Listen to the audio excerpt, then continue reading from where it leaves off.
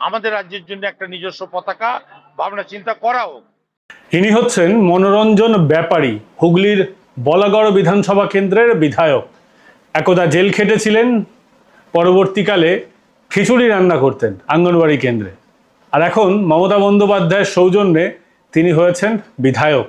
আর এই বিধায়কের মুখে বিচ্ছিন্নতাবাদের সুর।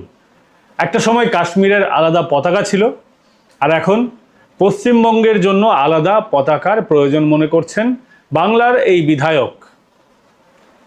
এই রাজ্যের মাটিতে এমন কি আছে যে বারংবার বিচ্ছিন্নতাবাদের সুর ওঠে? দেশের আপামর জনতার সুর কি এটা? এই রাজ্যের যারা বেশিরভাগ মানুষ, তাদের সুর কি এটা? তারা কি চান পশ্চিমবঙ্গ ভারত থেকে আলাদা হয়ে যাক? আমরা কি ভারতীয় আইডেন্টিটি নিয়ে অনেকটা দুঃখিত? আমরা কি খুশি নই? পশ্চিমবঙ্গের মানুষ কিন্তু এটা চান না। এই বিচ্ছিন্নতাবাদের সুর শুধুমাত্র এই শাসক দলের নেতাকর্মীরা চাইছেন, এবং নির্দিষ্ট এজেন্ডা আছে, তাদের নির্দিষ্ট প্রপাগেন্ডা আছে। তারা কি চাইছেন? তারা হয়তো মনে করছেন এই রাজ্যের আলাদা আইডেন্টিটি দরকার, কারণ এই রাজ্যের যিনি নেত্রী, তিনি তো আর প্রধানমন্ত্রী হতে পারবেন না একটা আঞ্চলিক দল নিয়ে। অন্তত এই অঞ্চলটাকেই আলাদা রাষ্ট্র ঘোষণা করে দেওয়া হোক। সেই কারণেই কি এই ধরনের কাণ্ড বারংবার ঘটানো হচ্ছে? আপনারাই বলুন। এই রাজ্যে প্রথমত কি চাওয়া হলো? আলাদা গান চাওয়া হলো। এখন আলাদা পতাকার ডিমান্ড উঠছে। ঠিক যেমন কাশ্মীরে একটা সময় হতো, কাশ্মীরের আলাদা আইডেন্টিটি, কাশ্মীরিয়াতের নাম করে কাশ্মীরকে ভারতের থেকে আলাদা করার যে চক্রান্তটা ওখানকার বিচ্ছিন্নতাবাদীরা করত, যারা পাকিস্তানি এজেন্ডা পোষণ করত, ঠিক সেই রকম এজেন্ডাই কি এখানেও পোষণ করা হচ্ছে। কাশ্মীরের সঙ্গে ছিল সেই সময় পাকিস্তানের মদদ, কাশ্মীরের সঙ্গে লাগোয়া ছিল পাকিস্তান, আর বাংলার সঙ্গে লাগোয়া কি বাংলাদেশ। সেই কারণেই কি বাংলাদেশের প্রপাগান্ডা এখানে শুরু হয়ে গেছে। আপনারা সকলেই জানেন যে বাংলাদেশের নির্দিষ্ট কয়েকটা গ্রুপ, সরাসরি বলছি নির্দিষ্ট কয়েকটা জিহাদি সংগঠন, আলাদা বাংলিস্তান, বাংলাস্তান, জানি না কিসব কিসব তাদের নাম, গ্রেটার বাংলাদেশ, গজওয়ায়ে হিন্দ, গজওয়াতুল হিন্দ, কিসব কিসব তারা বলেন। সেই ধরনের প্রপাগেন্ডাই কি এই রাজ্যের এই বিধায়ককে দিয়ে বলানো হলো, নাকি তিনি এমনি এমনি বললেন? আপনারা যদি মনোরঞ্জন ব্যাপারীর দিকে লক্ষ্য করেন, মাঝে মধ্যেই তিনি এমন সব কাণ্ড করেন যে দলও তার উপর বিব্রত হয়ে ওঠে। কখনো তিনি দলেরই নেত্রীকে ফুলান দেবী বলেন, কখনো তিনি দলেরই অন্য নেত্রীর বিরুদ্ধে সমাজ মাধ্যমে অশ্লীল মন্তব্য করে বসেন, আবার কখনো তার এলাকারই সাংসদের সঙ্গে রচনা বন্দ্যোপাধ্যায়, এলাকারই সাংসদের সঙ্গে তার মনোমালিন্য হয়ে ওঠে।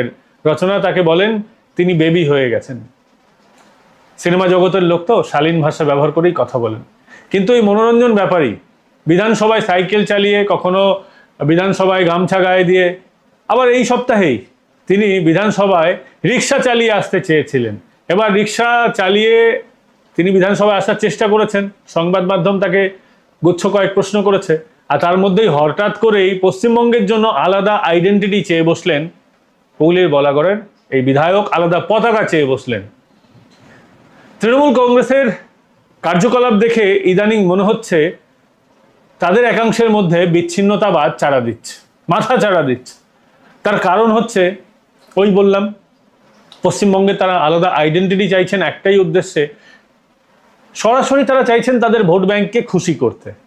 এই ভোট ব্যাংককে খুশি করতে গিয়ে তারা যে কাণ্ডটা ঘটাচ্ছেন, সেটাতে এ রাজ্যে বিচ্ছিন্নতাবাদ মাথা চারা দিয়ে উঠছে। আপনারা ভাবুন, এ রাজ্যে আজকে আলাদা সঙ্গীত চাওয়া হলো, এই রাজ্যের নেত্রী আলাদা পশ্চিমবঙ্গ দিবস চাইলেন। পশ্চিমবঙ্গ যে প্রকৃত দিবস, সেই দিবস তাদের দরকার নেই। মুখ্যমন্ত্রীর যেটা মনে হলো সেরকম তিনি একটা পশ্চিমবঙ্গ দিবস করে দিয়েছেন, খুব ভালো কথা। তারপর পশ্চিমবঙ্গ সঙ্গীত বানালেন। আচ্ছা বলুন তো, পশ্চিমবঙ্গের সঙ্গীত কি বলতে পারবেন? আমি হলপ করে বলছি, পশ্চিম বাংলার 50% মানুষ জানেই না কোন গানটা পশ্চিমবঙ্গ সঙ্গীত। ভারতবর্ষের একটা জাতীয় সঙ্গীত আছে, national anthem and national music, দুটো আছে, একটা জনগণ মন আর একটা বন্দে মাতরম। সেটাতেই কনফিউশন হয়ে যায় মানুষের যে কোনটা জাতীয় সঙ্গীত আর কোনটা জাতীয় গান, অনেকের হয়। হঠাৎ করেই তিনি বাংলার বায়ু বাংলার জলকে একটা স্টেট সং বানিয়ে দিলেন। মুখ্যমন্ত্রীর পছন্দ হয়েছে, মুখ্যমন্ত্রীর খেয়াল খুশি মতো এত ব্যস্ততার মধ্যেও কয়েকশো বই লিখে ফেলেছেন। তৃণমূলের অনুষ্ঠানেও বেশিরভাগ অনুষ্ঠানে এই গানটা বাজানো হয় না। আর সাধারণ মানুষের যে বিভিন্ন অনুষ্ঠান তাতে তো হয়ই না। এমনকি ন্যাশনাল অ্যান্থেমকে যেভাবে আমাদের প্রত্যেকটা জাতীয় স্তরের অনুষ্ঠান বা আমাদের শুভ কোনো কাজে যেমনভাবে ইয়ে করা হয়, বা আমাদের সিনেমা হলগুলোতেও দেখি সিনেমা চলার আগে শেষে বাজানো হয়, পশ্চিমবঙ্গের এই সঙ্গীতের ক্ষেত্রে তেমন কোনো গুরুত্ব আরোপও নেই, চাপিয়ে দেওয়াও হচ্ছে না, আর কেউ মানছেও না। অ্যাকচুয়ালি ভ্যালুলেস হয়ে গেছে অন্তত আমার মতে এই পশ্চিমবঙ্গ সঙ্গীত। আবার কি দরকার ছিল একটা আলাদা জাতীয় পতাকা চাওয়ার? এই জাতীয় পতাকা চাওয়ার উদ্দেশ্যটা কি? ধীরে ধীরে পশ্চিমবঙ্গকে কি ভারত থেকে আলাদা করতে চাইছেন মনোরঞ্জন ব্যাপারীরা? একসময় মনোরঞ্জন বাবু জেল খেটেছিলেন, জেলে গিয়ে অ ক খ শিখেছেন, এখন তার পেটে বুলি ফুটেছে, আর সেই বুলি থেকে তিনি এমন এমন কথা বলছেন যে তার মুখ থেকে বিচ্ছিন্নতাবাদের সুর পাওয়া যাচ্ছে।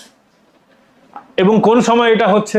ঠিক সেই সময় হচ্ছে যখন বাংলাদেশ চাইছে পশ্চিমবঙ্গকে গ্রাস করতে। কিভাবে গ্রাস করতে চাইছে? বাংলাদেশ জনবিস্ফোরণ ঘটে, বাংলাদেশ সাইলেন্টলি কিন্তু পশ্চিমবঙ্গকে দখল করছে। বাংলাদেশের জনতা ধীরে ধীরে পশ্চিমবঙ্গের এই সীমান্তবর্তী জেলাগুলোকে ঘিরে ফেলছে। আর এরাই দেশ বিরোধিতার কথা বলে, এরা এনআরসির বিরোধিতা করে, এরা ট্রেন জ্বালায়, বাস জ্বালায়, এরা শাসককে ভোট দেয়। আর ঠিক সেই কারণেই শাসকও এদের সুরে কথা বলে। কিন্তু শাসক এদের সুরে কথা বলতে বলতে কি শাসকও ওদের মতো করে আচরণ করছে? এটা আমার প্রশ্ন। আপনাদের কি মতামত এই বিষয়ে আমাদের কমেন্ট করে জানাবেন।